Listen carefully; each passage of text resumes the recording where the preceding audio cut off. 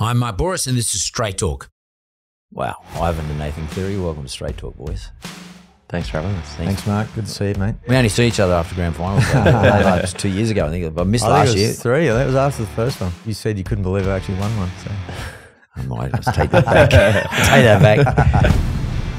Is there a secret? I know, not that you're going to tell us a secret anyway. Well, if I knew one, I wouldn't tell you. I'm a big believer in just preparation, giving me confidence. Always got doubts coming in, but if I prepared the way I've wanted to, then I get to game day and I've got no excuses. I just got to a point where if we hadn't have succeeded in the 2020 season, I would have left the game. So, actually, what's interesting about LeBron James and his son, they play together. Yeah. I mean, mate, there wasn't much in it. Only a couple of years. What was over? Can you imagine? Yeah. Wow, Ivan and Nathan Cleary, welcome to Straight Talk, boys. Thanks for having us. Thanks, Mark. Good to see you, mate. Again. Yeah. We only saw each other after Grand Final. It was 2 years ago, I think. I missed last year. 3. That was after the first one. But the first one, was it? Yeah. Nah. Yeah, it was. Remember? You said you couldn't believe I actually won one. So. I might just take that back. Take that back. Well, I have to say to you, thanks for coming in. Like, it's only a couple of days after the Grand Final, and one of my mates, you both still stand up, or at least Nathan, you'll still stand up. Yeah, it's been a tough couple of days, a few sore heads, but feeling pretty good now, and happy to be here and sort of reminisce it. Yeah, it's well, I guess congratulations is the most important. This is pretty obvious, but I think that I just be great if you could talk us through, Nathan, if you could just talk through what does it mean, not mean to win the Grand Final, but what does it mean to celebrate post-Grand Final? Not many people we've ever experienced, even go to the fan day, that not many people ever get to do that. Some clubs in a young person's lifetime never actually win a Grand Final. You guys have won 4. What is it like for you attending those events? Because is it a bit of an anticlimax?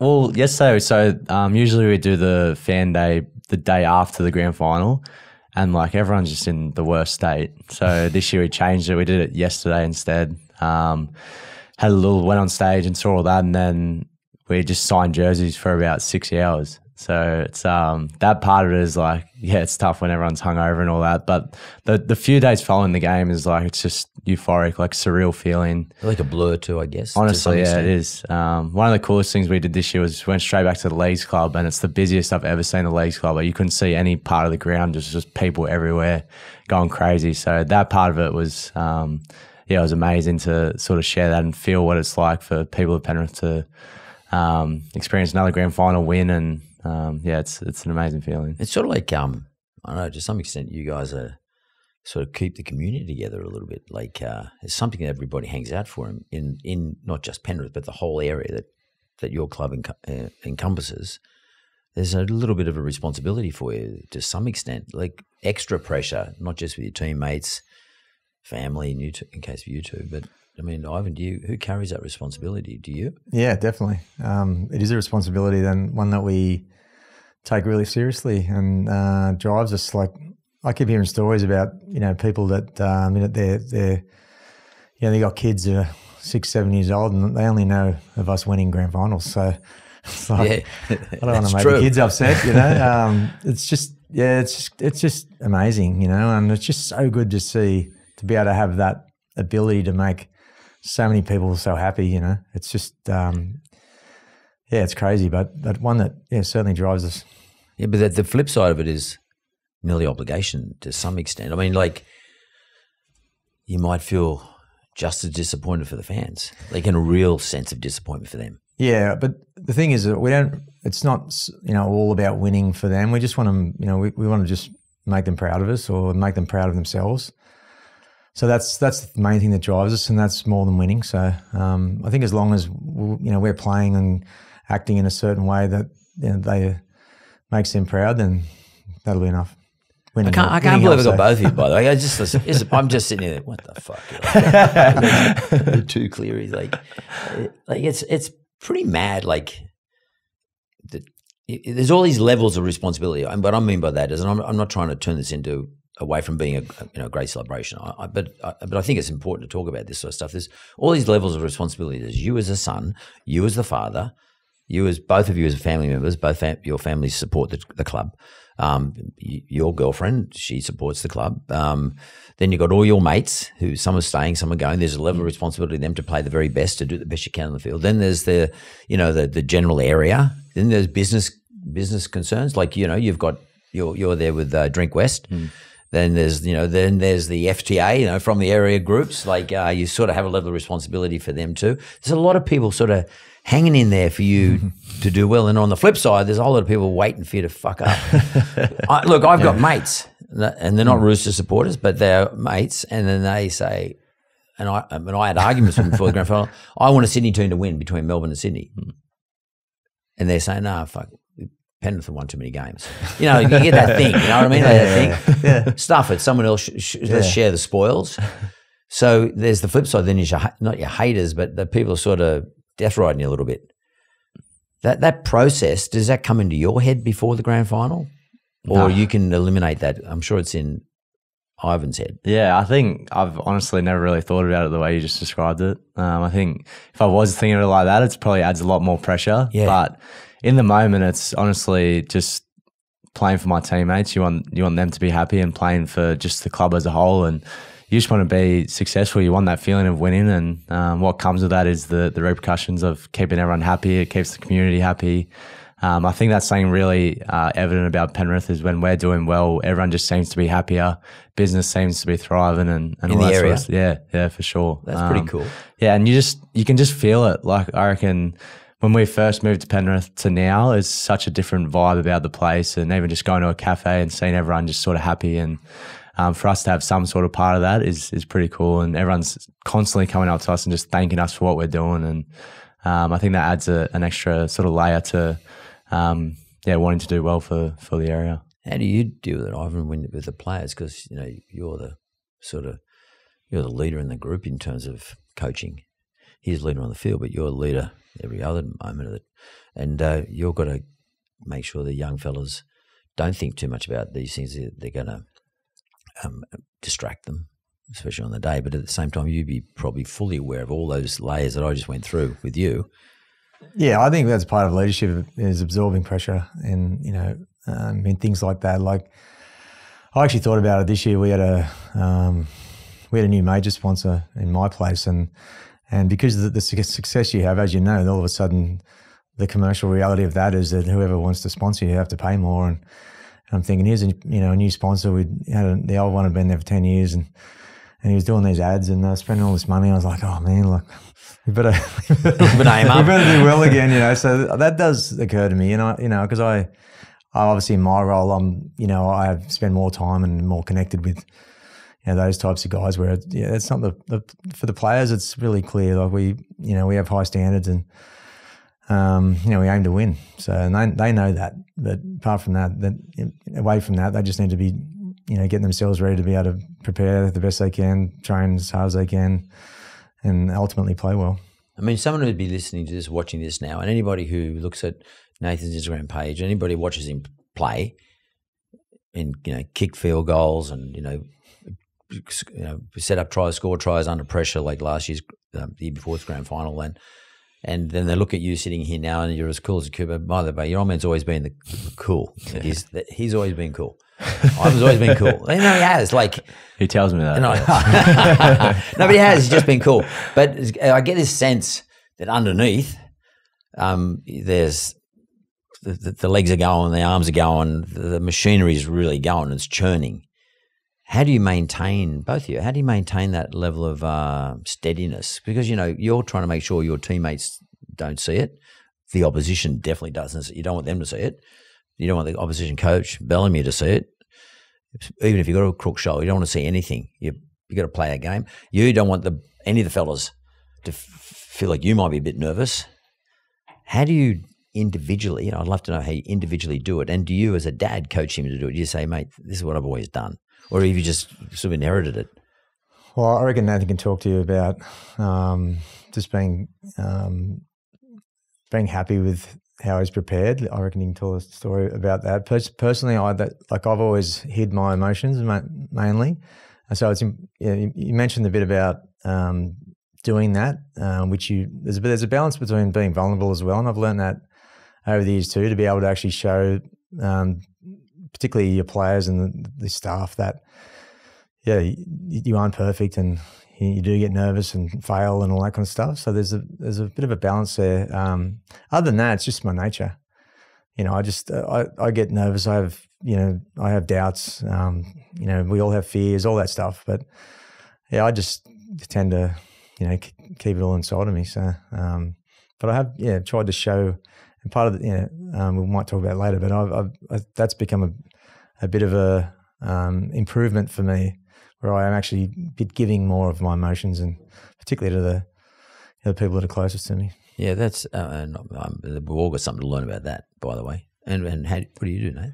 Yeah, I'm a big believer in just preparation, giving me confidence. I've definitely always got doubts coming in, but I'll constantly remind myself that if I prepared the way I've wanted to, then I get to game day and I've got no excuses. I think early in my career where I wasn't really, wide like that, I got to game day and I felt like sometimes I wasn't even enjoying it because it felt like sort of anxious and felt like, I don't know if I've done everything I could, and sort of give myself an excuse to not play well, where now I'm really set in my ways of what I need to do. And then once I get to the game, I feel the freest I've felt the whole week. It's like this is the fun part, and this is what I've enjoyed doing since I was, a young kid. So why not enjoy it? And I'm sort of similar to Dad as well. I've definitely learned to be more vulnerable, particularly to younger players. I'm not scared to say to them that, I feel nervous, because I know that they're probably feeling nervous. And if they have a senior guy say that to them, and they feel a bit better that they can, it's just human nature, really. I don't feel like they're in the wrong for feeling nervous. And I constantly have nerves, I constantly have doubts, but I always just think back to my preparation to give me confidence, and definitely got routines of breathing and things I like to do during the week that sort of centers me and gets me ready for the game. Sort of like, maybe this is a good point to talk about this. You remember Freddie was always into natural things, not always. Yeah. But he became that way. Take your shoes off, go on the grass. You've had him at Origin, have you had him at Origin? Yeah. So you know what he's like. But Freddie was always happy to be vulnerable. I actually don't know if he has any emotions, but he was do you learn those things you're talking about now? The preparedness in a managed way to show how you're feeling. It doesn't have to be vulnerable as such, but just show how you're feeling. That preparedness. Have you learned that from watching the young guys in your club? Because it is much more acceptable in their age group, in their cohort of, age. Yes and no. I sort of was a fair bit deliberate about it as well. It was probably about 5 years ago when I first came back to Panthers. I was struggling mentally, and I'd learned over time to actually share things with my wife too, because I wasn't always doing that. So that was a journey that we took together, where I started at least, I would be vulnerable with her about things that I was, where I was, doubtful, or I was just struggling or whatever. And so eventually it sort of became, I think as my role as a leader, I need to show the young guys and show people it's actually okay to do that. So it's been, I guess, a bit of a journey. But it's definitely been, I made a choice to do that. And then, as you mentioned before, it's a bit of a balancing act, because as a leader, I can't be like constantly walking around saying, "Oh my God, I don't know what I'm doing," or it's interesting. Yeah. Because you're a bit similar to Robbo in some respects. You're not a big gaff. You're not getting on there talking a whole lot of stuff in front of the media, and you're pretty reserved. You're economical with your words. It's probably a good way of saying it. But at that same time, that doesn't mean that you're not prepared to show how you feel in relation to other people, and particularly the people around you, your family and your players. One of the things I've noticed just watching the East Club is that a lot of the Islander boys are very much that way. They're quite honest and upfront and open, particularly when it comes to family, kids, wives, mums, dads, brothers, sisters. And there's a lot to learn out of that from my point of view, even when it comes to their religion, how they feel. They don't care. They'll do it in front of everybody. And we sort of started first seeing with Sonny Bill, like when he used to do his Muslim prayers and stuff like that. He was happy to do it in front of everybody, not worried about what everybody thought. Is that a new development in rugby league, you reckon? From when you played? It's definitely different. I was fortunate enough to spend a few years playing in New Zealand, and then coaching over there. So I lived there for 10 years. So I learned a lot about the Polynesian culture over there from like the late 90s, when I left to go there, playing in Sydney Rugby League in those days. There was nowhere near the Polynesian element. So I learned a lot about culture. I learned a lot about body language as well, where, it's said that 60% of communication is body language. So for a guy that doesn't necessarily like to talk that much, I really like that. So just things like touch and how you hold yourself, and they do a lot of that. But there's also different Polynesian backgrounds. The kids that grow up in Australia, the Polynesians, are different to the ones that grow up in New Zealand, for example. They're a bit more brash and a little bit more confident than a lot of the kids that come from New Zealand. Because the big thing in Polynesian culture is respect for their elders and a little bit shy, nearly. Yeah, so there's actually quite a big difference where when they're all together in family, they all kind of look like they all look the same. But when they're in different settings, they can adapt. They can be different. But I tell you one, they're a lot of fun. Generally speaking, they love the fun part. So if you try and make it too serious all the time, it just won't work. So you got to let them be themselves. I think anyway. Yeah, but we might just talk about a couple of the boys in the club, in the team. I mean, you're going to miss some of your great mates. Fish Harris, Jarome Luai. Obviously, I've been watching your posts, reading those, and you're putting up some special photographs of those two in particular. How much of their culture? No, I'm not just talking about Pacific Islander culture, but I'm just talking about their culture from Pacific Island families, but also growing up in the West. How much of that rubs off on you? Yeah, a lot of it. Some of my best mates are Pacific Islanders or Fishers Maori as well, and just the energy they bring is something that is unrivaled, really. And I think they've had a big influence on our culture and building that. And Dad sort of touched on the fun side of it, but also when it's time to work, we're working. And Fish as the main leader of that, he's probably one that's not as loud. He let his actions do the talking, but off the field, it's fun. They really bring that family vibe to the club as well, I think.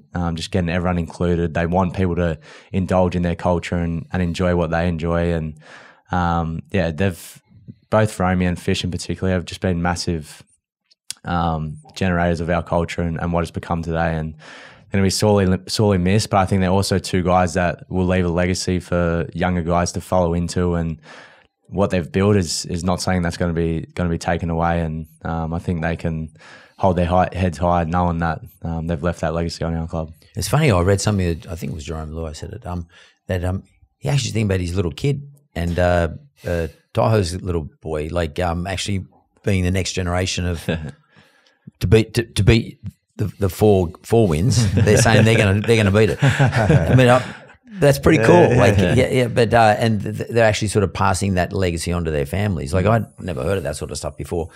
Like in the clubs that I've been involved with, it's sort of like the Canterbury Bulldogs of the 1980s and 90s. You remember them when the Bulldogs, the Berries, whatever they're called. But like that process, Hugheses and Mortimers and all that, and their kids came on and played. I mean, do you feel like that sort of? We're talking dynasties here, mate. But are you? I'm serious. It is. It is in some respects. Are you? Can you see that, Ivan? I hadn't really thought about it until you just said that. But that's the fact that Romy and Viz are talking about that doesn't surprise me. That's pretty cool. He was. I'm pretty sure. Yeah. It was Jarome. I'm pretty sure. One thing I know, life goes pretty fast. Yeah. I mean, we've been in the Penrith area as a family for 12 years now. Wow. Nathan was 14 when we came. And just to be sitting here now, having achieved what we have is just mind-blowing. It's just 12 years gone like that. So, I guess it won't be too long before. Can you imagine Romy's little Lizzie? He just grows before our eyes. But he's a very talented little kid too. So already, there's every chance he will be. So I need to know from you, Ivan, like, how do you do it? Like, I mean, it's a big question. I get it, but you know, you lost a couple of players last year.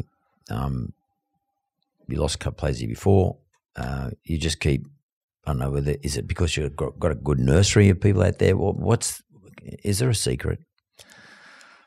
I mean, I know not that you're going to tell us a secret anyway. Well, if I knew one, I wouldn't tell you that. No, it's just a secret. What is it, mate? Yeah, well, I think we have a great club for starters. It's very well aligned from the very top, through management and the board and all our coaching staff all the way through the players, and that's easy to say, but it's harder to do, and that's probably our greatest strength as a club. So the systems we have in place are respected by everyone, and they're followed. We do have a great nursery of players as well. We have a good pathway system, but some of the players we have lost, you will never be able to replace them. If I mentioned guys like Viliami Kikau, Api Coruscant, Stephen Crichton, Spencer Leniu, and now Fish and Romy, you can't replace those guys like for like. I forgot about Kikau and Crichton. And there's Burton before that. It was Burton as well. Yeah, it's just been unbelievable. So many more. What we do have is we have an incredible leaders in our team, led by Nat and Zayo, and still have a lot of talent in our team. But we each year these boys grow together. The chemistry of the ones that stay becomes stronger.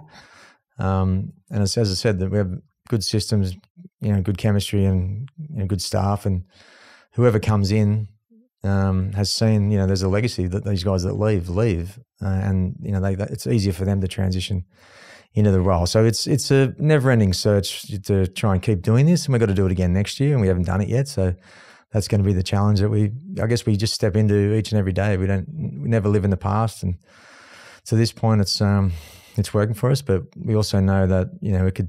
If you don't keep your eye on the ball, it can change quickly. So, but are you always? I mean, the roster. Obviously, the roster. The salary cap. What you can and can't fit. Who's coming up for renewal, etc. Do you actually sit back and plan with the team, or is it Ivan Cleary does it? We've got a kid who's in 17. He's looking pretty good. He's in the New South Wales Origin team or Queensland Origin team, wherever it is. He's coming through the process. He is a good marker to replace Isaiah when he leaves and retires. We there's definitely that sort of stuff going on. It just sometimes it depends because it comes a bit quicker than you think. We never really wanted, anticipated guys like, Stephen Crichton and Spencer Leniu to leave. But once they get, we've been fortunate enough to, we've basically had a year to at least try and plan for those guys, and they've all stayed that extra year and played really well. But we're always, in the background, just trying to bring players through. We got lucky this year. We got Paul Alamotti from the Bulldogs, and I think he went over and above what we ever thought he was going to do, and he ended up starring in the grand final for us. So sometimes you get a bit of luck, and they just, they fit better than you think. Or the fact that we were able to sign him was a shock to me that he was even available. So that, I guess, and that's one thing about success. All of a sudden you get players who want to come to your club. Whereas, trust me, when I first got to Penrith 12 years ago, that wasn't the case. So. You had one young fella there. But someone like Alamotti, for example, do you, when he comes across, do you sort of look at him, look at his videos of his previous games and sort of say, okay, I can improve you by doing these things? Or is it just he improves by virtue of being in a side like this? Oh, it depends. I mean, for Paul Alamotti, Paul was he's only 20 now, so he's 19 years old, a star as a junior. I was actually wondering there must be something wrong with him, the fact that we can actually sign him, why the Dogs are letting him go. But I guess they were just on a bit of a different track, looking for quicker success maybe. I don't know, but. So I met him. It's just one. He's got to fit.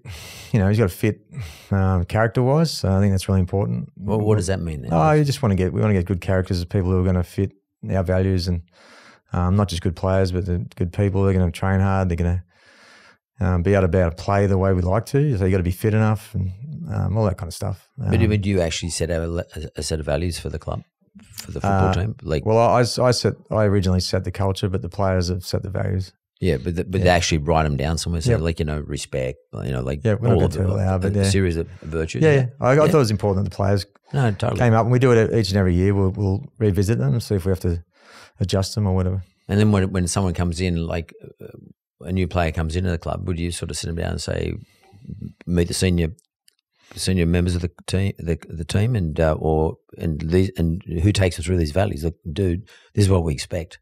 How do you play the game? Like, yeah, that's it's not as formal as that, but it's definitely, they find out pretty quick what's required. Yeah, that's again we have an amazing staff, but the players themselves, we have an incredible leadership group in our team. I've never seen anything like it. I've been lucky enough to be involved in anything like it. A lot of them have come through together, so that helps.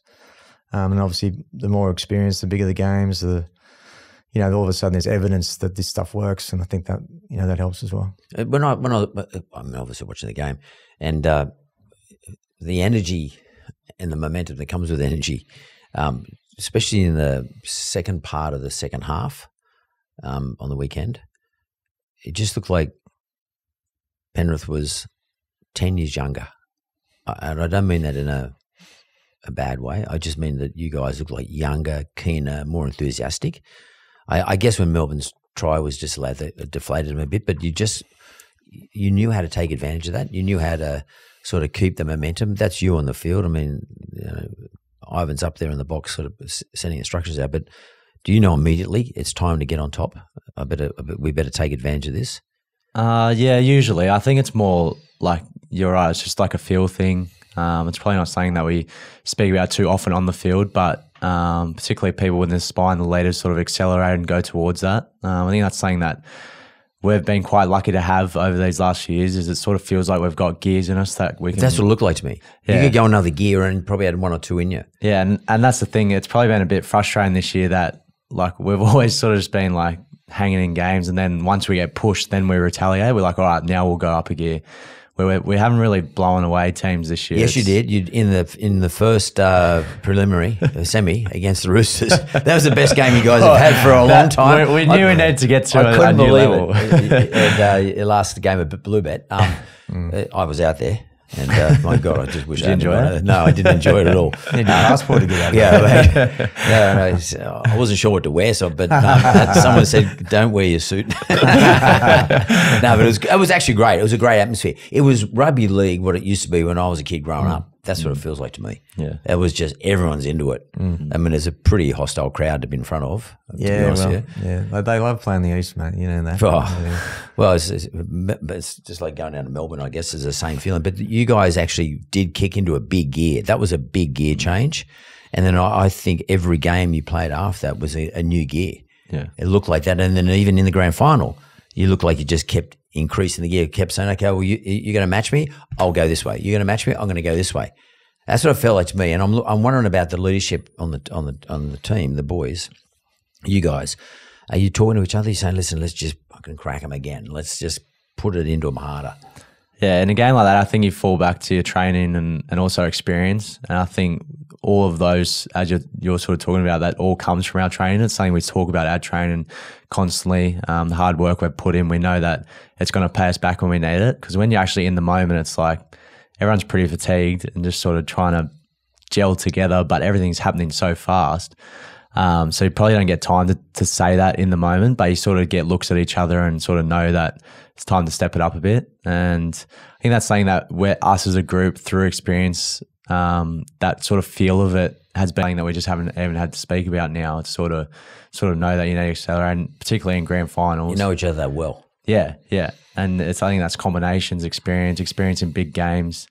And I think that's probably when I felt it the most on Sunday night, where you didn't even really need to say stuff to each other. You just knew what was required and what was going to happen. I'm going to give you, a big rap here, but I can, and tell me if I'm wrong.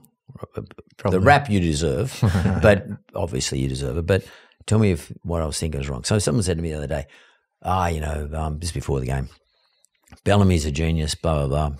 And he's a great coach. Billy Oak's a great coach. And I said, Well, you know what's interesting? I think Craig Bellamy looks for weaknesses in teams and exploits weakness. He's very good at exploiting weakness. He'll work out where there's a weakness and he'll play at that all night until he gets through. And I said, on the other hand, I don't know if Ivan's like that, but I think Ivan is really good at getting the best out of his team. And the question then becomes, is the coach who can identify weakness working out his strategies to go to the weakness better than the coach who can get the best out of every player on the team? And I sort of, I felt like that's the way the game was played. And I think Bellamy was trying to find weaknesses. He's maybe your shoulder or whatever the case may be, but he couldn't find it. And it seemed like to me that they got frustrated. Watching it on telly, I'm talking about, especially when I watched it the second time, it looked like they were getting frustrated. They think we can't find a weakness. But on the other hand, you guys are just getting the best out of each other. And that's what it looked like to me. Am I anywhere near the, or am I just making shit up? Because that's how I felt. I don't know if it was that deliberate, but what I will say is, if you look at the Melbourne Storm, there's not a lot of weakness, so I couldn't sort of find much. No, you won't find weakness in them. No, you're probably right. You end up spending more time, on your own team, which I think we do most of the time. There'll be some games throughout the year. There might be a team that's littered with injuries or, down on form or whatever, where it's a bit easier to, actually find a weakness. And those types of games, you might zero in on that kind of stuff a bit more. But for this game, against this, type of opposition, and the bigger the games is, I think, handling, basically your headspace is something that we've worked a lot on. And each and every player, will tell you the bigger the games and the bigger the pressure, it's different, and it becomes more than just playing football. It's about, playing yourself, in a lot of ways. So spent a lot of time on that. And I guess that's one big way of trying to get the best out of everyone. But do you sort of say to yourself, Pappenhausen's quick, but don't give him space? Do you go through those processes? Yeah, Well, we'll generally talk about, the opposition, what their strengths are, how they like to play, if they've got a certain style or whatever, and we'll spend a lot of time on that. Each and every guy knows the players they're up against and their own nuances and that type of stuff. So there is a lot of work that goes in around knowing your enemy.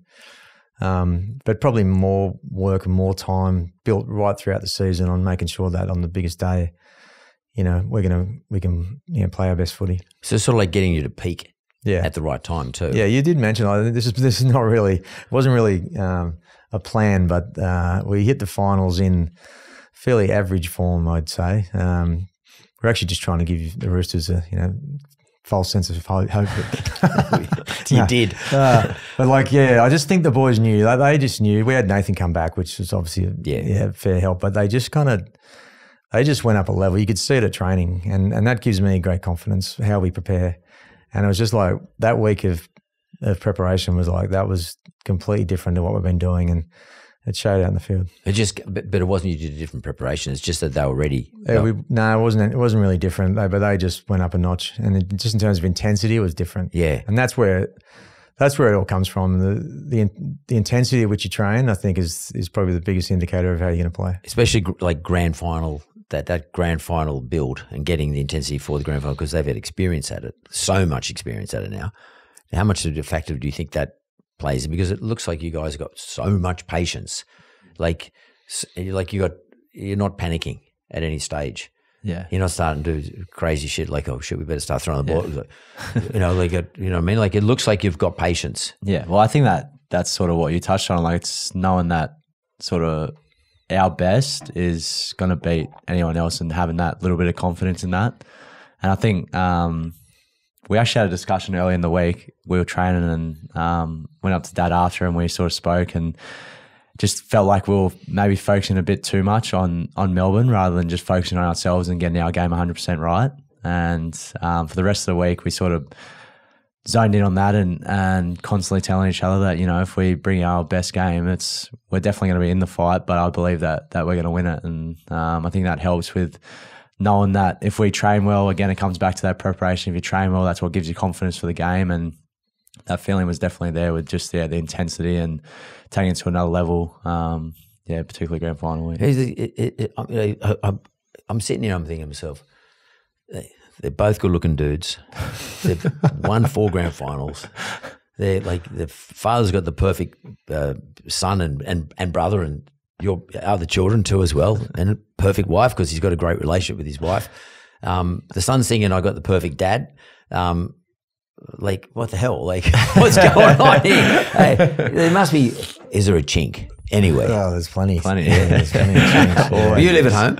You live, no, you don't live at home. Okay. But everything's like, do you ever think to yourself, Ivan, this is like, I don't want anything to change. Yeah. Well, it was funny. Last time we spoke, I was in here. That was after we'd won our first grand final in 2021. Yeah.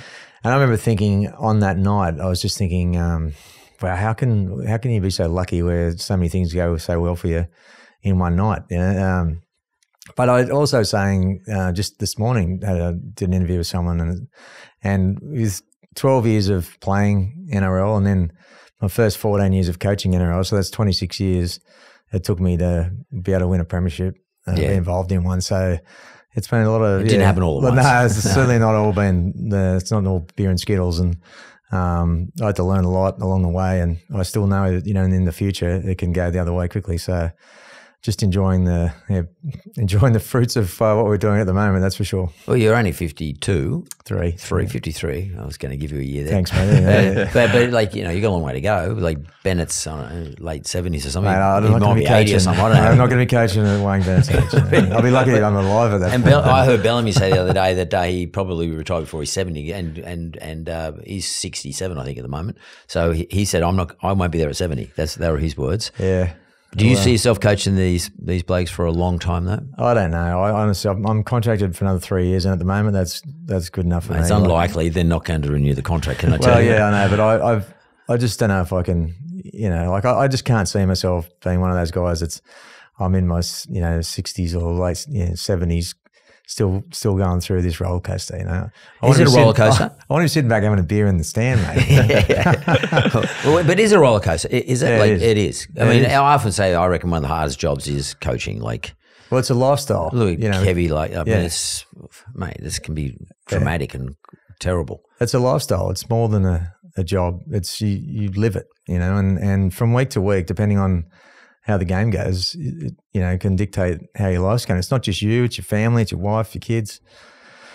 So it's, but that's what you put your hand up for, and that's the addictive part of it as well. Every time you have a loss or you're not going well, or it's. I think as a coach, you always feel like there's something good around the next corner. So yeah.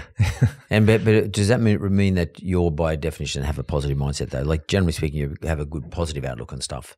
I think so. I'm a bit of a realist, but I just feel like I guess I have enough confidence in myself and the team and the people that work for you and whatever that we will if we're not getting it right now, we will eventually get it right. And I guess I suppose it's just there's something good around the next corner. But there's been plenty of dark times, mate. That's for sure. Can I just talk for a moment about there's not just 2 people in your family. There's quite a few of there's 4 kids and your wife as well. Maybe you just introduce maybe you could do it. Introduce the rest of your family to us. So what have you got? They're obviously not here today, but who's there? So and what's the order of kids and what's everybody doing? It's got Mum, Beck. She's the rock of the family. She keeps everyone together. Yeah, right. Keeps us sane. For real? For sure, yeah. How long have you been married now? How long have you been hanging out together, like going together type of thing? Oh, it was our 29th wedding anniversary last week. Wow. So we got engaged after 1 year and then got married. So it's 31 years.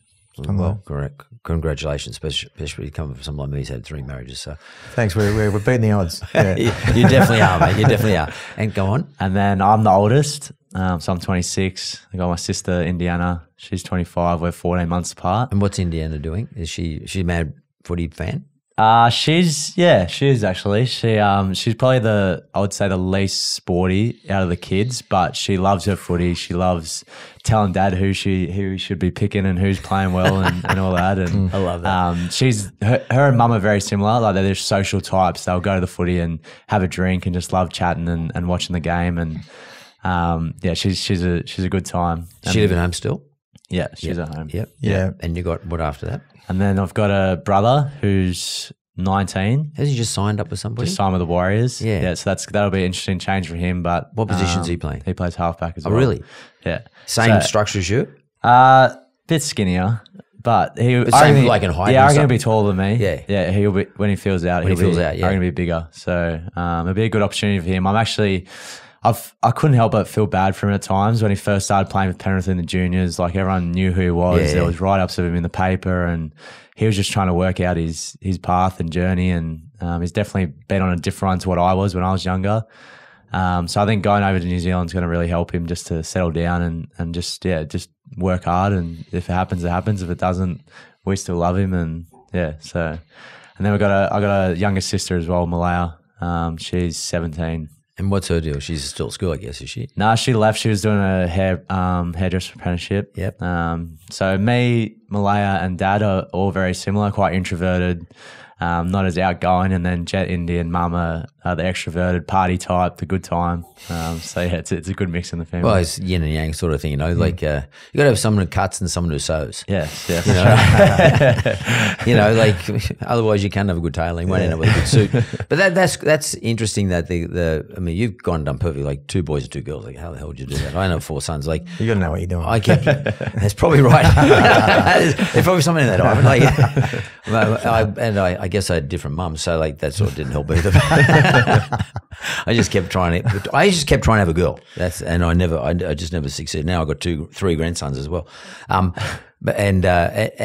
when you were, when you're having kids, did you actually wish that your kids play footy? I mean, was that a thing? Because I remember when my kids were little, I put them in the under 6s at the Wombats and all that stuff, crocodiles. Then they went to the crocodiles for a while.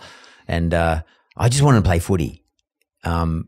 And a couple of them just weren't really interested. Like one in particular couldn't give a shit about it, and he's more academic sort of thing, Yeah. And I must say a few times I got disappointed, like as a dad, wanted to see my kids play footy. Were you like that as a dad?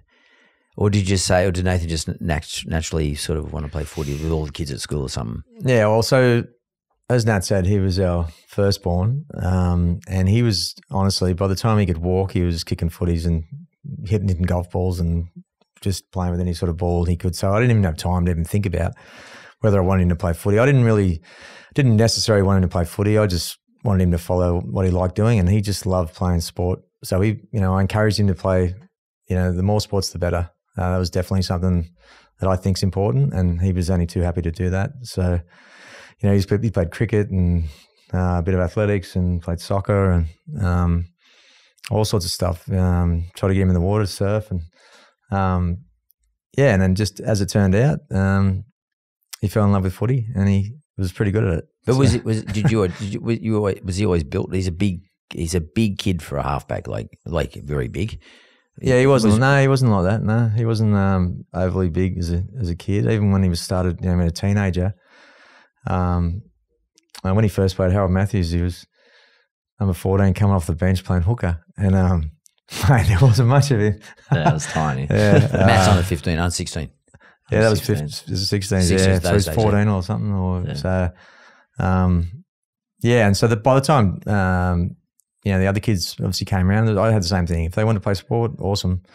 Same with Jet. If Jetty wanted to play footy, great. If he didn't, I wouldn't have cared. Yeah, and I kept saying, because he was under that much pressure and everyone was watching him, and I said, "Are you sure you want to do this, mate?" He's like, "Yeah, no, I do." I said, "Okay, all right."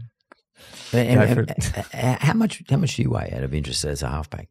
About 90 at the moment. That's a big halfback. Yeah, I got to 94 in the preseason, and I sort of realised I was like, this is a bit too big, I think. And a bit like more muscle. You lost muscle. Yeah, muscle. So then you were slower than me at that point. Yeah, I was a bit slower. He was never quick. I've seen the tapes. He'll tell me. It's all over here. I've seen the tapes. And then I obviously had the hamstring injury as well. So I was like, I sort of refined my diet a bit and pretty happy at 90 at the moment. So do you feel as though any of the injuries were as a result of having, being a bigger set? I don't think so, but at this point, after my second hamstring injury, I wanted to look at everything. Like I was just putting everything on the table, and just really took like a bird's eye view of what was happening.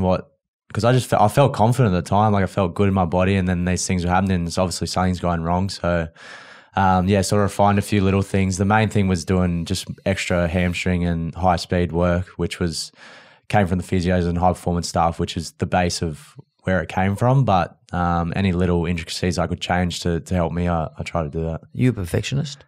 Yeah, and it's very frustrating at times. He's a perfectionist. Yeah. Is he get it from you or mum? Nah. Bet. No, neither. I think Mum and I are quite happy to be not perfect. He has to get it right though. Yeah, but you know what? It's just, that's something he has realised as well, that you're never perfect, but he tries to be, and he prepares like no one I've ever seen. He said earlier that he's learnt that he never wanted to give himself an excuse come game day, and that's actually, it's almost human nature that you want to give yourself that little bit of excuse, So it's I think that's one of the traits that are unusual in him, and why he's become so good. I mean, I couldn't kick a goal ever, then or now, and I look at guys like you when you're kicking a goal, especially under pressure, and I watch the process you take yourself through, and you're sort of talking to yourself. You say something to yourself. I mean, is that something you could share with us? Like, it seems like there's a series of steps that you take that sort of dull all the noise, and all the people yelling at you might be right on the sideline, someone trying to wish you the worst. But it seems like you go through this process, and for some reason, nothing else in the whole world exists. Is that like close? Yeah. I've said this to a few people, but when I first get to the top of where I'm about to kick the ball and I'm setting it up, I can hear everything in the crowd. I can hear people saying stuff. But once I've set it up and I get to the top of my run-up, it's like there's no noise. It all just becomes one, and then it's just me in my own head pretty much. And I especially feel this with the high-pressure kicks that are one to tie the game or win the game. I'll just simplify it, and I'll just say to myself, keep your head down and don't try to kick it too hard. And take a couple breaths, and it feels like I'm just at the park, like when I was a young kid kicking. And I know it seems weird, but yeah, in those high pressure moments, it's probably when I feel the most relaxed, I reckon. Is that partly because you do actually practice at the park all the time? I mean, you're one of those guys after training, you're still kicking, you're still training, you're still kicking goals and up and under, whatever. You do extras? Yeah, a lot. And that was probably something I needed to refine as well with the hamstring issues, which has been it's been a difficult process, but it's probably helped me a bit more to see things in my own head rather than actually just doing physical reps, and it's more mental focus and stuff like that. And I think that helps me in those sort of high pressure moments. It feels like I've been there before, and I've envisioned it almost. And I think the thing about like the perfectionist thing, outside of footy, I'm happy to not be perfect. I know I'm not, but for some reason in the footy world, it's like, I'm quite meticulous. Well, that's like fighters, like boxers. They can be the nicest people outside the ring. They get in the ring, they just switch on and they become that person. And everybody thinks that they're like that all the time, but they're not. But, and it's all comes down to how they prepare all the training that they get ready to do what they're going to do. Like I guess I've been talking about you two. The Penrith won, so it's a team. So let's call out a few people and the side. Like, who surprised you? Like, really, I mean, everyone aimed up, obviously, as a team result, but who really surprised you in the grand final? Like, who? My God, look at that guy go. Like, well, there's a few. I reckon just we were talking about in the car on the way here, Paul Alamotti and Isaac Tungo, just what they were able to do. They're probably unsung heroes in some regard of they don't get all the raps and they're not sort of the big name player, but what they were able to do on the night of the game was quite incredible. Not only with the ball in defence, like I think Isaac Tungo made 37 tackles as a centre. Like, it was just unbelievable. Wow. And he was protecting me, so I have extra love for him. I think that the obvious ones, Liam Martin, Isaiah Yeo was unbelievable. Unreal. Like, I watched the game back and I was like, some of the things he came up with in the last 20 minutes, some of his carries were, you know, we know he's great, but he was just went to another level. What would you say is what's his skill? Like, he seems to be able to, he's very light on his feet for a big guy. Yeah. And he keeps, I remember once he was driving his legs, there's people on him and his legs are just going. And he would have gone, he'd probably got an extra 10 post meters. Yeah. And that would stuff me up if I was the opposition, you know, I'm thinking, because I'm trying to chase a lead, not protect a lead. I'm trying to chase it. So that would get into my head, I reckon. Well, it gives the rest of us energy as well. When you see that happen, he just takes a carry and he's just carrying 3 guys for another 20 metres. I think we sort of spoke about it. He's got great balance. He's got a great understanding of the game. It's almost like having another halfback out there. He just understands the game so well. And that comes back to your fitness as well. You have to be fit to keep your head on and know what's happening. And yeah, he's just an unbelievable leader. He always says the right thing at the right time. And yeah, he's an absolute pleasure to play with. Box ticker. Sure. He's a big box ticker. Yeah. Real process. Like, he's in his whole life, everything he does, he's just so organised. And he's got a memory like an elephant too, mate. He remembers everything. So he remembers, like, as the game's going on, he knows exactly what we need, he needs, what the opposition's doing, what we're doing, it's phenomenal. And he's in the middle of the field playing 80 minutes every week. He's an on-field coach. Yeah. Pretty much, yeah. For sure. And on-field coaches are pretty important, like if you can get that sort of individual. Yeah, we've got a couple, actually. It's pretty handy. You sure have. Liam Martin, like... No, he's not one. He's definitely not one. He's not on on-field coach. But how good? Yeah, unbelievable. And he's just a big game player in every sense of the word. Like, sometimes I watch him, or like, because I play right next to him, sometimes in club games during the season, it's like, where's this guy that's this nutcase that's playing Origin in the finals? Like, he's just a bit, you know, not there. But as soon as he's needed, he always turns up. And the bigger the game, the better he goes. And he showed that winning the Clive too. So I was pumped for him. It's funny you should say, because you mentioned some, let's call it unsung heroes earlier on. You did, Nathan. And your hooker, whose name just avoids me for some reason. Mitch Kenny. Yeah. But I wanted to give him a shout out. Great game. Yeah. He's just that guy's like concrete. He's a weapon, mate. He's unbelievable. Yeah. Yeah, he leads the parties afterwards as well. So does he? He's best on ground. Is he? He's amazing. Yeah. He's just that tough and that much of a team man. You know, he will do. Yeah, he'd fight his grandmother for a scrap on the ground. You know. Yeah, I'd take it up no matter what. He's awesome. Man. You wouldn't need me to do it. And do you, Nathan? Do you draw on any sporting heroes for inspiration, apart from Ivan Cleary? Yeah, a lot. Who have you got? I love sort of the American sports. So Tom Brady's always one that I've sort of looked up to, and just listening to him and the way he went about his work was something that I was really drawn towards. Like a surgeon he is. He just dissects everything and just puts it all back together. Just, unbelievable. So he's probably at the top of the list for me. Michael Jordan with The Last Dance, after watching that really inspired me. And then people like LeBron James and all that as well. They're guys that I look towards and admire. And LeBron James, actually, what's interesting about LeBron James and his son, they play together. Yeah. I mean, mate, there wasn't much in it. Only a couple of years. What was over? Could you imagine? Yeah, but you could do it. Like, I'll back you up. Come on. So the celebrations that you guys have been going through, they're pretty much over, I guess. You're going to have your awards night. It must be coming up soon. We've already had it. You've had your awards night, have you? Yeah. Okay. And who won? And what's your top award at the Penrith? Merv Cartwright. And what's the Merv Cartwright? Who won? Who took the Merv Cartwright award? Yowie again. It's 2 years in a row. I think that's his third. So. And what do you say to someone like him when you see that he's now the captain of the Australian side, isn't he? Yeah.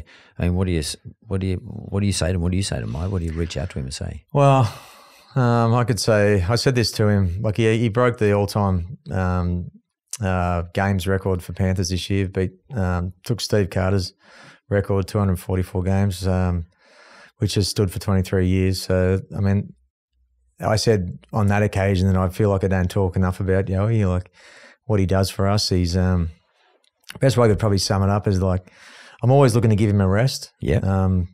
But I'll just never take him off because I just can't. I can't face us playing without him. He's so durable. He's just so consistent. Makes me feel safe when he's on the field. He mentions that I gave him his debut in 2014 when he didn't think he was ready, but I had faith in him before he had faith in himself. So, and all he's done since then is he's helped me. So that's how I look at it. Can I just go to like a little topic on the side? Like Mary Fowler. I saw a post from her with a Penrith jersey on, and then I saw one from you with her. It might have been in your stories, but I can't remember. It was her. Like, like anything, something.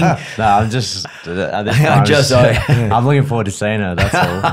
So I get to see her soon. And where is she now? She's in England. She's in England, right? Their season had just started, so she couldn't come back for the game, but she wore the Panthers jersey to her game actually, and was watching it in the shed. So, how did you meet her?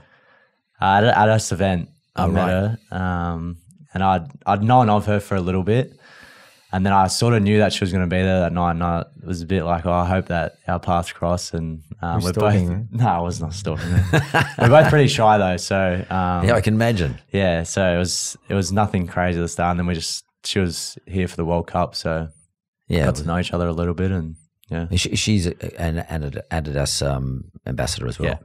So like if the two of you get together and I don't know, do something, get married or whatever, and you move in a house together, you're going to have to get a big house because the number of boxes of Adidas, you're going to have 3 rooms for it. Because I saw a post, it might have been it was on your page, Adidas being one of your sponsors, and you brought a lady in to help redesign your bedroom or something. Yeah. And she didn't know how to deal with it. They showed a picture of all the, like there was a wall full of Adidas shoes. Yeah. That's just the start of it. Yeah, I'm pretty into my shoes, and lucky enough to be sponsored by Adidas. So, well, it's a pretty good one to be sponsored by. Yeah, definitely. So they definitely help that need. I was looking at my wheels before I came in because I was looking at it in my office and went, shit, he's probably one of those guys who knows everything about shoes, and he's going to say something to me like, I had my crappy, I'm not even say what I got, but I got my crappy shoes. And these are my training shoes. I know the feeling, mate. You got to get your shoe game right, mate. I've been trying to help him. I get him shoes pretty much every time for his birthday or Christmas, so he's stepping it up a little bit. You don't pay from that, do you? Because they're a sponsor. No. Yeah. Mate, come on. He's good. He's smart. He works that out pretty quick. He used to bag me for it, but now he actually appreciates the shoes. Yeah. So well, you know how important, I've only more recently learned how important having your shoe game right. That's a really important thing, especially out where you're living now, because that's a big deal. You got to have the right shoes, dude. And you got to listen to your son. He knows what you should be wearing with, right colours. I'm not sure about those ones. Mate, I'm already married. I don't need to impress anyone. No, but you got to impress the kids. No, can I ask you, it's an elephant in the room question, but I'm going to ask it anyway. Gus Gould, Gus is a controversial figure, especially he has been in relation to Penrith and in some respects yourself. He was at the Roosters for a long time, as you know. He's now at Canterbury. One thing no one can deny, Gus is a smart guy and committed. Do you attribute any of the success, not the success of you as a coach, but success of Penrith generally, to what Gus might have done earlier on? Absolutely, yeah. And I would attribute a lot of the success as a coach I've had too, because I played 4 years under Gus. He also got me to come to Penrith originally. Also sacked me, but that's Gus. a lot of how I look at the game and what I learnt about the game and how I still coach today is from Gus, and he would know that by the way we play. I manage people differently to the way he does, but from Penrith itself, 12 years ago when he brought me in, he completely changed the way that our club was built in terms of pathways. At that point, 80% of the top 25 in those days, 80% of the players had come from elsewhere. Only 20% were locally grown. Oh, really? Yeah, and all the success from the past, so like the 1991 team, the 2003, were always, there's a big chunk of players, either locals or kids that had come from the bush or somewhere where they'd grown up in Penrith. So we had to turn that on its head, and Gus drove all that. He created the pathway system. He was a big part of building our academy, our actual high performance centre out there as well. So without a doubt, like his fingerprints on the way the club was built. Some of these guys are, Nat and Jarome. He was responsible for starting a halves academy when these boys came through, and like an academy for halfbacks, 5'8". And Nat and Jarome were really. They were part of the inaugural one, so that's mad. Yeah. Like specifically for those two positions. Yeah, Trent Barrett was running around. Oh, Baz, okay. Yeah. Wow. Yeah, so Gus had a huge influence on it. But I actually think that he probably had to leave in order for us to actually reach our potential as well. So. Yeah, well, he can be like that though. Yeah. I mean, he's good in the beginning, and he'll set up a structure. That's undeniable. Yeah. I mean, he did at Origin too, if you remember. Like during that period when he was an Origin coach, he did the Roosters, as you remember. Yeah, so he's doing a decent job with the Dogs too. And now he's doing a good job with the Dogs. And he's sort of picked the eyes out of a few of your ex-players. He probably knew them before though, I guess. Yeah. And he knew their potential. Yeah. I mean, does he text you and say, "Hey, go on, mate, well done"? Are you on talking terms? Not really. I haven't spoken for a long time, but I'm sure we'd be fine. Yeah, it means he didn't text you. Well, footy's like that, though. The great thing about footy, right, and because we all accept the tribalism of it, and it still is tribal. I mean, like, it's particularly where you guys are. Like, it is very tribal. And, like, and if I could, so, like, there is, and to some extent, it's even probably, often I've talked to the coppers about this, and, like, guys in the administration of police, and they talk about, they get concerned sometimes about the tribalism of footy around your area, particularly in, is it 1-4? Yeah. Yeah. And on one hand, that's really powerful, like powerful for you as a member of the community, powerful for you as a captain and you as a coach and as a team member. It really pushes the community together. And you've got the FTA from the area. That stuff is, like, to me, that tribalism is what I like about footy. That's why one of the reasons Souths have been able to hang in there for so long. And don't worry, they'll come back. I just know Souths will come back. And, like, he's experienced what I'm talking about, like, as an East bloke, but they always just keep coming back. You can't kill them. Mm-hmm. Now, I won't say they're like cockroaches, but you can't kill them. Literally can't. And you can't kill the tribalism in an area like yours. How do you sort of manage to balance that, though? Like, make sure it doesn't get out of hand. It doesn't cause a problem for the club. I mean, and I don't know if it does, but how do you make sure it doesn't? I think, I know there's definitely the clubs had some fears in and around that. It sort of spills over a little bit at local games, particularly around spectators and supporters of games and stuff. So, and the boys themselves, it's quite a big responsibility for them because they have such a connection. Yeah, if they're from the area, the Druid boys, and they will have incredible loyalty to where they come from, which is really powerful. Yeah.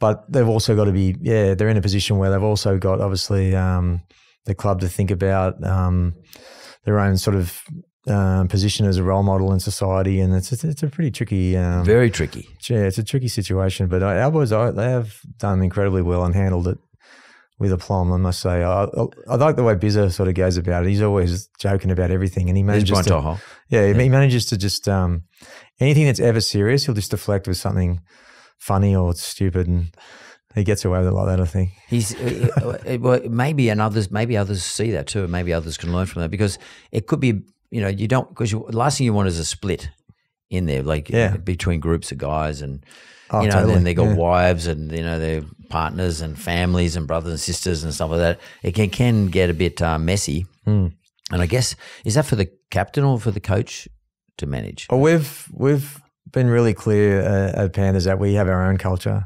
Right. So, and a lot of boys do come from the area. A lot of boys come from other places as well. And no matter who you are, where you've come from, your cultural background, the colour of your skin, how you want to wear your hair, tattoos, no tattoos, whatever. As long as you fit to the values of the Panthers and respect our culture, then you can be from wherever you want. And I think the boys themselves have driven that really well. And that's been sort of our North Star, if you like, for all sorts of things. And this, in particular, what you're talking about. Can we just talk about Drink West? So you're in with, the two partners is Ty, or Bam Bam. Yeah. And who's Tyson Pedro. Tyson Pedro. Yeah. And how's it going, Drink West? Yeah, it's good. It's a hard gig with the brewery. Beer's hard, yeah. Yeah, but it's been enjoyable. It's been something that I've just learning about. It's probably my first dip into business, so I'm just learning along the way. And yeah, it's been fun. Obviously, with those two boys, they're polarizing characters, so they always keep it fun. I love him. I particularly like Ty. Yeah, he's a great guy. He is a great guy. He's told his story a million times to me. Like I just love his effort. Like outside of the UFC, his effort as a person to try to be better. Well, he's similar to the sort of Romeo and Bizza mold of giving back to the area and trying to build everyone up that comes from there, and showing them that there's hope, to make it out. And I think that's something that those boys in particular have done really well. And it's now become cool to be from Mount Druitt, where in the past it probably wasn't. And yeah, totally. Well, you guys keep that coolness going though. Like winning grand finals, like that underpins it straight up. Yeah. God help you if you lose next year. You get brushed for life. But I love the idea that they've built a beer around people who live in the West, because that's smart to me. Yeah. And you got a brewery now. He's got a brewery now there. Yeah. We've got a brewery in Penrith. And you've actually there's a bar people can go and have a drink there. Yeah. Yeah, I think I went out there. So I got invited, but I went out there, and I thought that's pretty smart. And like if you guys ever need any help, and I've extended this to Ty, if you want, you always come and talk to me. And I got a mate he's a mate of his too. He's actually in the moment who owned a brewing business and sold it. Him and Mick Fanning own it, and a couple of others, and they sold it for a large amount of money. But if you ever wanted to talk to him, that'd be great actually, because he's here. Yeah. He's in Sydney for the next couple of days. Well, anyway, he comes back and forth. But it'd be good, because I'm thinking to myself, does Nathan think about post footy? I've been thinking about it more. Like particularly this year with injuries, I had a lot of time to myself to think and what ifs. Yeah, exactly. Like you just think it's going to go forever, but then you have a few injuries, you're out of the game, and you sort of realize like this isn't going to last forever. So I reckon this year is probably the first year I've really thought about post footy and what that looks like for me. And it's been an interesting journey. It's one that I am excited about. I know it's a fair way away. Well, I hope it's a fair way away yet, but something that I'm excited about. It's a new passion, something that you can put your time and effort into, and we'll see when we get there. What does a club do about that sort of thing, Ivan? Does Penrith sort of extend to their players assistance, or encourage them to do courses, or is there something going on? As a coach, do you do anything in that regard for the team and the team members? Yeah, not so specifically. We definitely encourage them to do stuff outside of just footy, so whether that's plenty of the players are actually doing courses and trying to look into other things just to help them for life after. As Nat mentioned, it can be a pretty short career and you never quite know when it's over. In and around business stuff, there's we have some sort of help available, but there's probably nothing so formal. Maybe you need to come out and happy to. I'll be happy to. I know, because we do that. That's the sort of stuff I like to do it, because I like to help young blokes and young women, improve their lives and do better. Because it's quite important. I mean, when you say the sporting career, the footy career can be short, well, I'd maybe put it another way. You're going to live to, your generation is live to 90 to 100, and not many players go past 35, for argument's sake. Jerry Evans is probably one, you might too, because you're pretty robust. But let's say you get a 36, 37, that means you've got another 50 odd years. You got to spend money. You got to make sure something's coming in to fill the gap, and it's worth thinking about. Yeah, for sure. And it's good that you're thinking about that sort of stuff. And I guess having a girl you're interested in too, like you'd probably start to have thoughts. Well, one day, I've got to keep the Cleary name going. Yeah, absolutely. Yeah. Have maybe one sport, one kid who's play sport out of it all. A soccer player, that'd be good. Well, probably, but why not? I tell you what, should be good. If there's a girl or a boy, it'd be a good kicker. You'd be able to kick a ball. You'd like to think so. Yeah, but they're the things that make you start to think. And it's funny, I guess you look like, to me, a much more mature player this year than I've ever seen you before. You know, I know you had some injuries, but you look like you're more settled on the field. You look like you're more in control of yourself. Yeah. Therefore, puts you more in control of the game. I get those thoughts start to that type of personality seems to emerge once you start to have thoughts about what am I going to do in the future. You know, like will I have a family one day? And I guess that's where you're at. Yeah, I think probably more so than ever, I'm very settled off the field at the moment, just my headspace and the people in my life, and I'm really content with that. So that definitely helps on the field. But yeah, it also does make you think about the future and what's going to happen, and put a little bit more thought into that. So yeah. Does Dad become the dad and not the coach anymore at that point? Well, you're like my kids, they don't talk to me about it. They just do it. It happens. My dad she's pregnant. That's a bit extreme, but like my kids will kill me for saying that. But I haven't helped you in that regard. But you know what I mean? Do you have to cross that bridge? Like Dad's gone from being a coach to being dad? Well, I've always been lucky with that.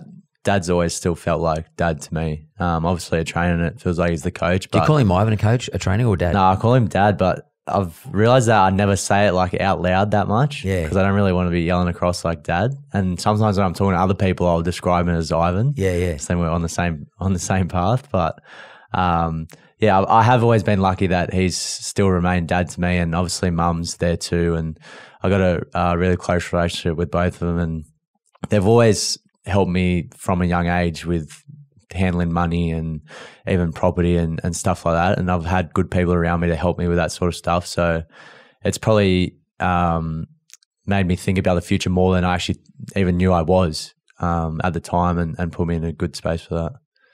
Well, I have to tell you, Nathan, like your currency outside of the Panthers is huge. So when we walk outside, we can have a chat. No, I'm only joking. But your currency's huge. So you got a great future, like for as long as you can play footy. Yeah. But you come from a fantastic family. You got pretty much everything ahead of you. Like at some stage it sort of turns around to you. You got to take ownership of it. Now I'm the dude. I'm the guy. And it's funny, like parents sort of go like that. Like eventually you stop having dad and you have sort of equal. You become like not equal, you know what I mean? Equivalent is probably a better word.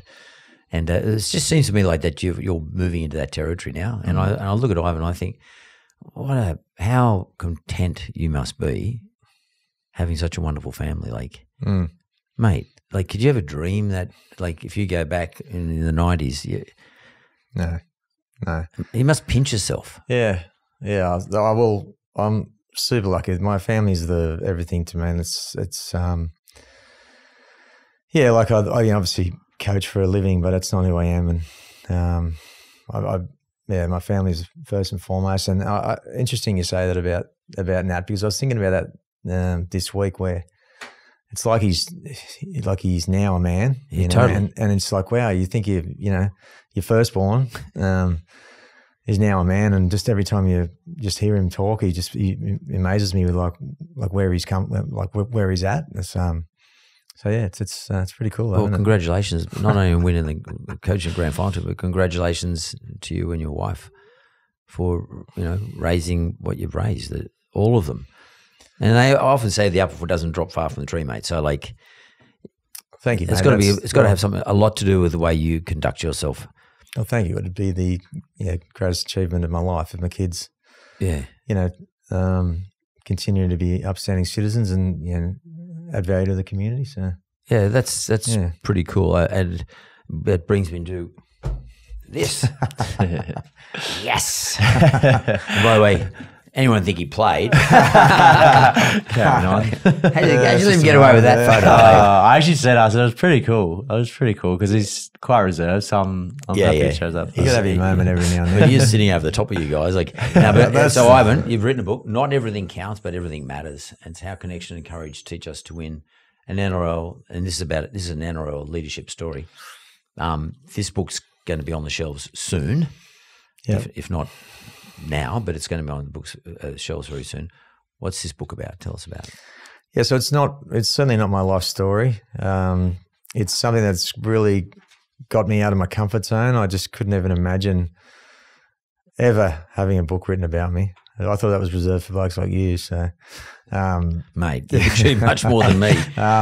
So, look, I consider myself a pretty normal dude who's just persevered, used the talents that I have and learn as much as I can over the years. And I'd like to think that I can be obviously, paralleled with, coaching and sport, but it's a bit more than that, I think. Hopefully people in business can be helped by some of the stuff that I've been through. Well, you're in the business of footy. You are a businessman. Yeah, and I'm not telling, by the way, I'll be really clear on this. I'm not telling people how to do anything. It's just sort of more like my story and some stuff that I've learned along the way, and hasn't all been easy and hasn't all been, as I said earlier, beer and Skittles, certainly not.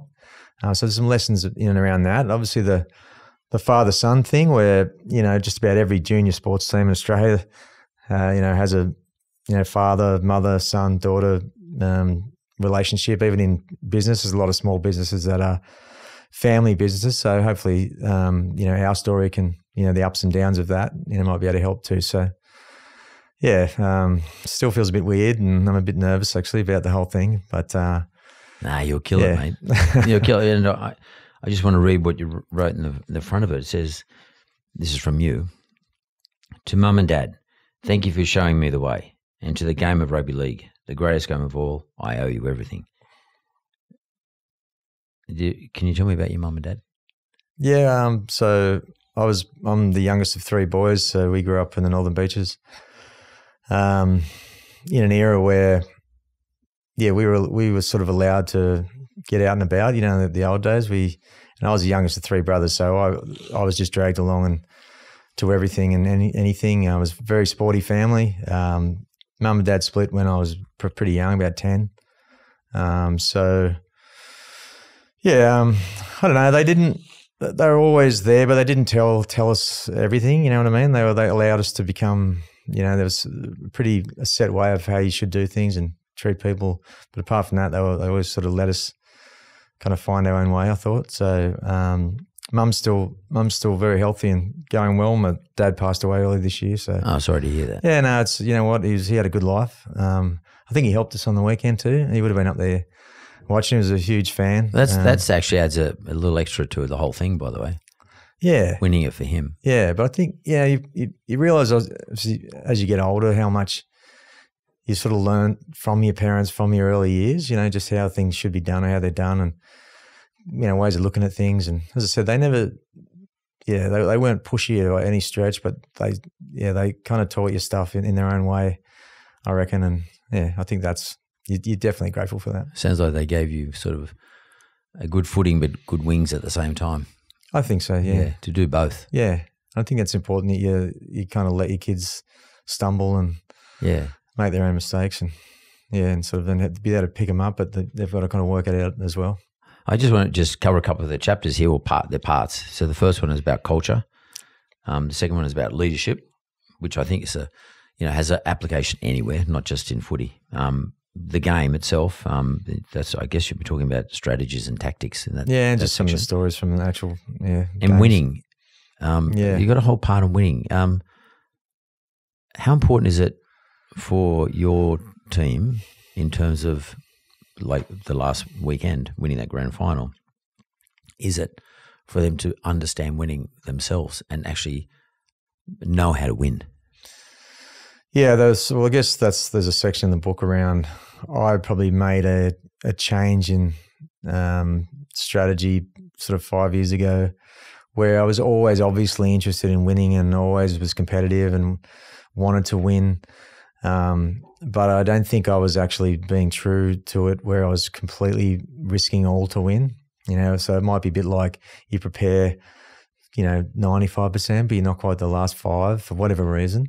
Just to give you that little bit of moving room, wiggle room. If you lose, if we had done that, we would have won or whatever. And it just got to a point when I came back to the Panthers 6 years ago, where if we hadn't have succeeded in the 2020 season, I would have left the game. So I just decided to not only say that myself, but put it out there, said that to the players. Our whole culture was built on winning. We're a professional sports team. You know, we're not a local park team, so winning not only matters, but it's essential. And that's the way we've approached things, and we will continue to do so. Just so happens to be it's worked. But I think people would be fascinated to it's sort of a bit of, I guess he will be fascinated to read this, because I think it doesn't matter whether you're a footy fan. If you're a footy fan, yes, but if you're not a footy fan, these areas about winning is the same business. You got to be winning in business as well. You need leadership in business. You need culture in business, and all those chapters or sections are just as valuable in every walk of life, as far as I'm concerned. Yeah, I hope so. That's the idea, Mark. I definitely would never want to have a book of just where it's all about me or anything like that. I'm hopeful that people in all different walks of life can get something out of it. And I got to say, it's an old photo. It was like he's 20 there or something. Like, how'd you get away with that? The hair's still grey though. No, but they're just grey the hair. But that's an old photo, mate. There was no. I'm pretty sure there's no makeup there. I'm not sure. We've got 4G cameras on it today. You're in trouble. Hey guys, I'm privileged to have you in here. I want to congratulate again for everything you've done for footy, everything you've done for Penrith, everything you've done on the field, everything you've done on the field for your team, what you've done for the area, and raising a wonderful family. Good on you, mate. Thanks, Ivan. Appreciate it. Thank you so much. Thanks, mate. Appreciate it. Cheers, mate.